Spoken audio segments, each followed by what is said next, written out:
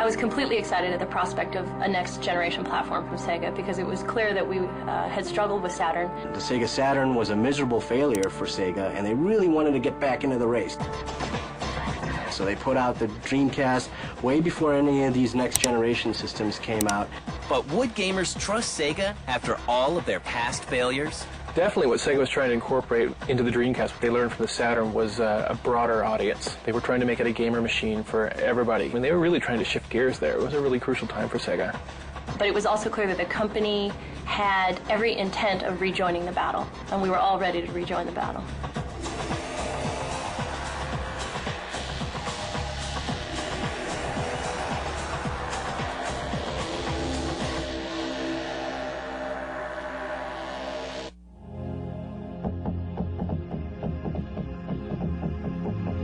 On November 27, 1998,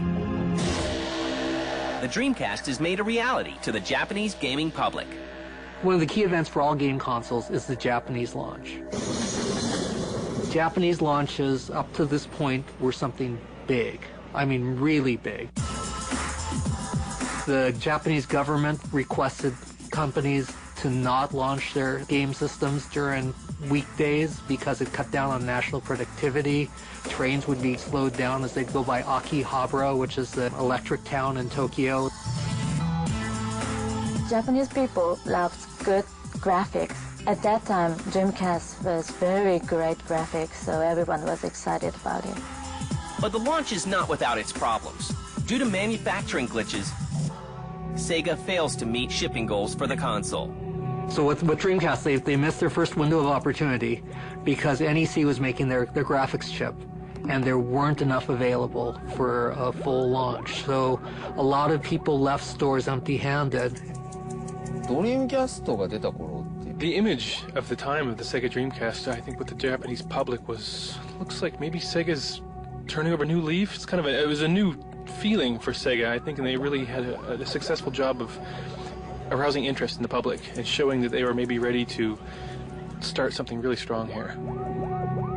It was Sega's next big console after the Sega Saturn. The Sega Saturn was a miserable failure for Sega, and they really wanted to get back into the race. So they put out the Dreamcast way before any of these next-generation systems came out. With the U.S. launch still more than a year away, Sega president Bernie Stolar takes note of the mistakes made by his Japanese partners. And I was interested in rebuilding Sega, re-establishing the strength that it once had, both in software and hardware, and rebuild a team that became a world-class team to help drive an organization. And that's what I wanted to do, and I believe that the team did that. It's not about one individual, it's about a team. What I can say about Bernie Stolar is that he did a lot of things really, really right. You compare the Japanese launch of Dreamcast to the U.S. launch of Dreamcast, and Bernie had the publicity in place. He had the enthusiasts really rallied so that they were excited. While Sega is poised to take the U.S. by storm, Sony is set to shake up the video game world.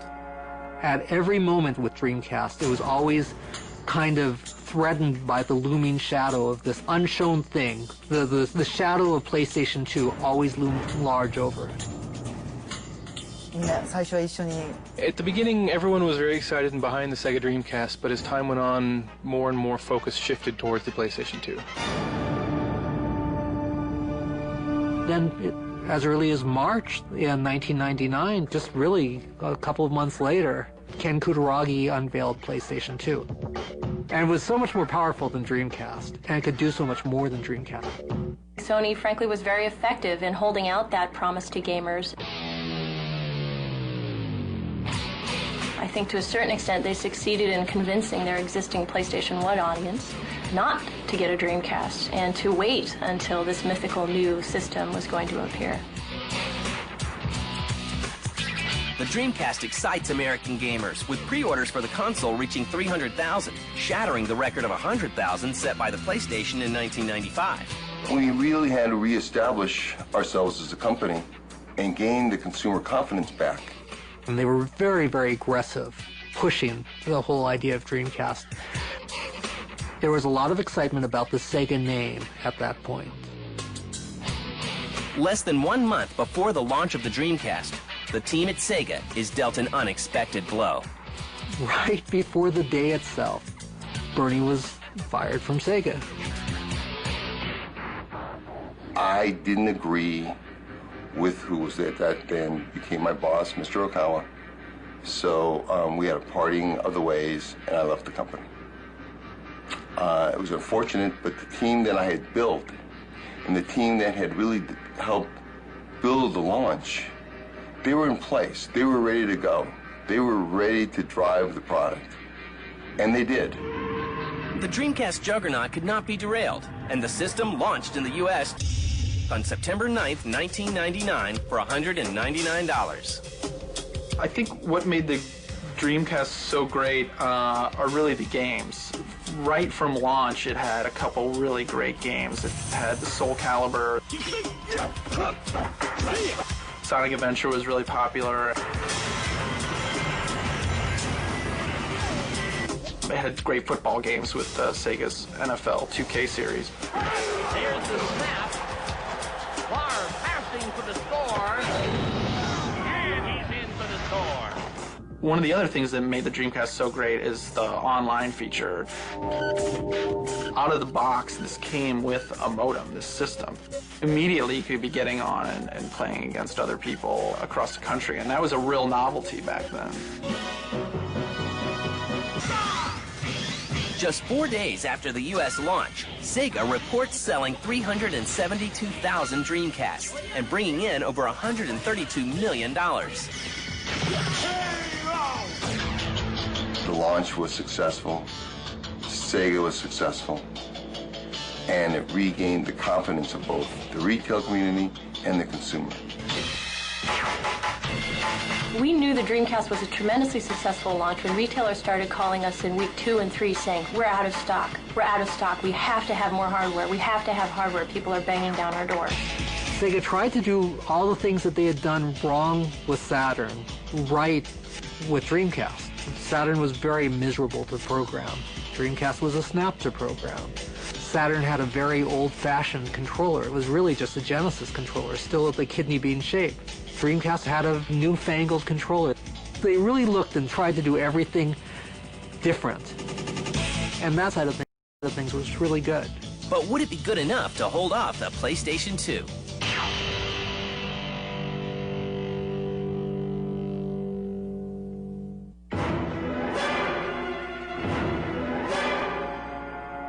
On October 26th of 2000, the heavily hyped PlayStation 2 is unleashed on the masses. The first year of PlayStation 2, the biggest hit on PlayStation 2 was Matrix. People were watching the movie. They weren't playing the game. PlayStation 2 sparked the DVD market in Japan. DVD hadn't caught on in Japan. And before PlayStation 2, you'd walk through Akihabara and there'd be game stores every place. After PlayStation 2, you'd walk through Akihabara and you'd see DVD stores. And if you walked into these DVD stores, they were demonstrating movies using PlayStation 2. The Dreamcast would have been a bigger player, in my opinion, had it had a DVD player installed from the get-go. Sega looked over its shoulder and they realized they had lost Japan. There was no resurrecting Japan. They might have been able to hold Japan if they'd had a DVD player in there. Because, you know, in the early days for PlayStation 2, PlayStation 2 was the cheapest DVD player in Japan. And if they had had that distinction, they might have been able to hold on. PlayStation 2 sales hit $165 million in its first 3 days. And the Dreamcast suffers. I mean, it was just silent. Dreamcast sat on store shelves. No games did that well again. Even good games just kind of sat there and people took them, but it was just somebody turned off the light. It was a big hit with gamers, but unfortunately it wasn't really, commercially viable. It came at a sort of awkward time and right before the release of the PlayStation 2. So unfortunately it didn't sort of build the fan base that it could have. Sega, you've got to understand, is hemorrhaging money as a company. They realized that if they could sell 4 to 5 million units worldwide, that they could still have a profitable market. They could last a little longer. Sega catches a break in December of 2000 when Sony can only ship half as many PS2s as it planned for the holiday season. We had a crew of people who were very into being the underdog. I'll allow you to die like a warrior. Oddly enough, becoming the underdog almost galvanized us further. Really brought us together as a team because we knew exactly what we had to do. And they thought, you know, we drop our price, we come out aggressive with all kinds of things, including you could have a free Dreamcast. And it wasn't enough. They pushed.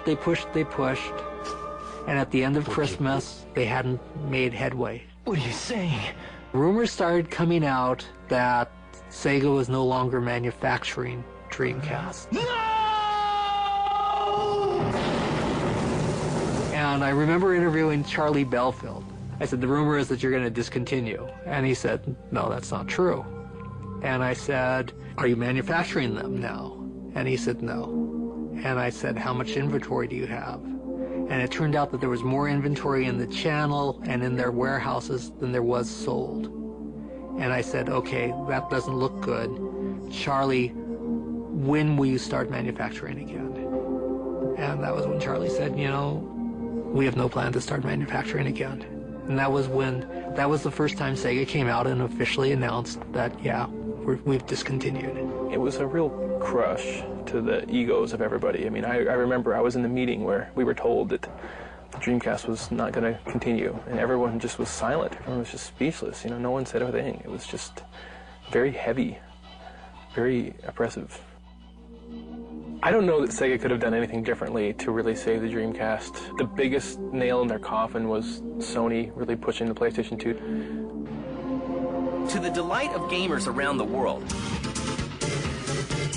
Sega announces that they are going to create games for all consoles.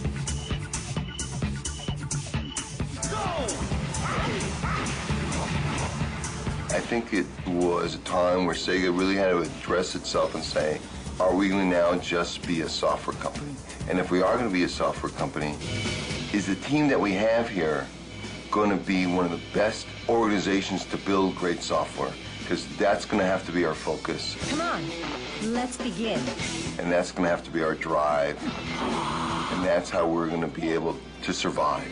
Go! So when Sega said that they would no longer be hardware specific, there was a lot of excitement. They really were the belle of the ball. Microsoft, for their Xbox console, got Sega to promise them Panzer Dragoon. A beautiful game. But Sony turned around and they had the Virtua Fighter series locked up for themselves. You know, that was the arcade hit, and that was the bigger seller. Especially in Japan, that was a big seller. Virtua Tennis! There was a very committed Sega fan base right up till the end of Dreamcast that very much appreciated the Sega style of gameplay.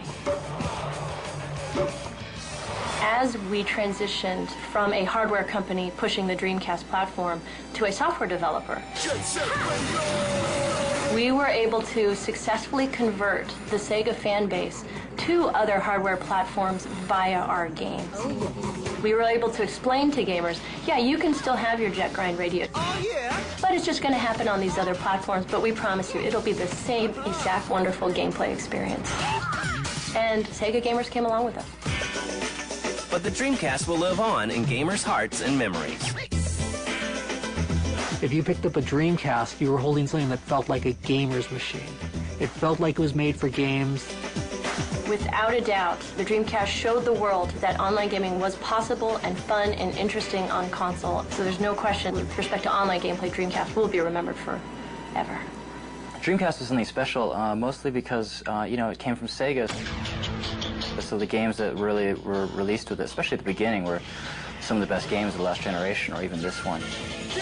I've been in this industry a long time. I've seen a lot of hardware companies come and go. Dreamcast will always have a position in this industry from a historic standpoint. because it did so well in the first 2 years that I was there, it really established itself. Here is a system that was ahead of its time. People who owned a Dreamcast in 2000 and 2001 were probably a lot happier than people who owned a PlayStation 2, because there were a lot of great games for Dreamcast.